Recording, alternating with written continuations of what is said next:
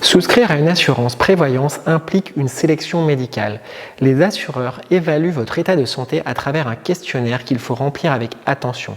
Il aborde vos antécédents médicaux, votre poids, votre taille et votre consommation de tabac. Attention, une réponse incorrecte peut entraîner le refus d'une indemnisation future. Parfois, l'assureur peut demander des examens complémentaires ou certains documents. Surtout si vos réponses révèlent des problèmes de santé passés ou bien si vous avez besoin d'une couverture pour des montants élevés. Les documents demandés peuvent être simplement des copies d'examens médicaux, mais l'assureur peut aussi vous demander de faire une visite chez un médecin agréé. Dans certains cas, on peut souscrire sans sélection médicale.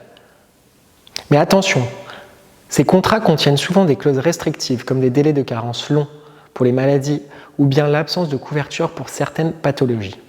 Je vous conseille d'éviter au maximum ces contrats. Avec des antécédents médicaux, trouver une prévoyance adaptée peut être difficile. Chaque assureur a sa manière de fixer les tarifs et les surprimes varient selon les compagnies. Par exemple, un assureur pourrait augmenter les tarifs si vous avez eu un burn-out, tandis qu'un autre serait plus indulgent dans ce cas, mais plus strict pour des problèmes de dos.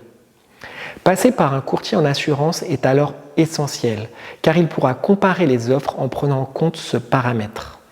Par ailleurs, le courtier sait généralement, grâce à son expérience, chez quel assureur il faut aller si vous avez tel ou tel antécédent.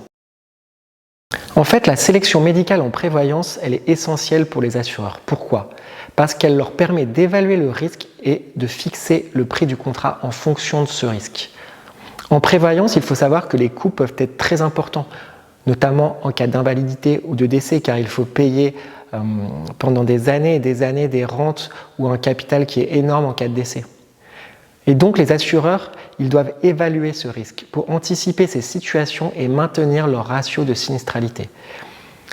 En fait, le ratio de sinistralité des assureurs, c'est le ratio entre les sinistres payés aux assurés et les primes reçues.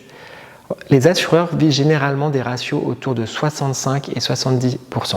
Et ils ne peuvent pas atteindre ces ratios s'ils ne sont pas hyper vigilants sur les formalités médicales pour bien choisir les risques qu'ils souhaitent assurer.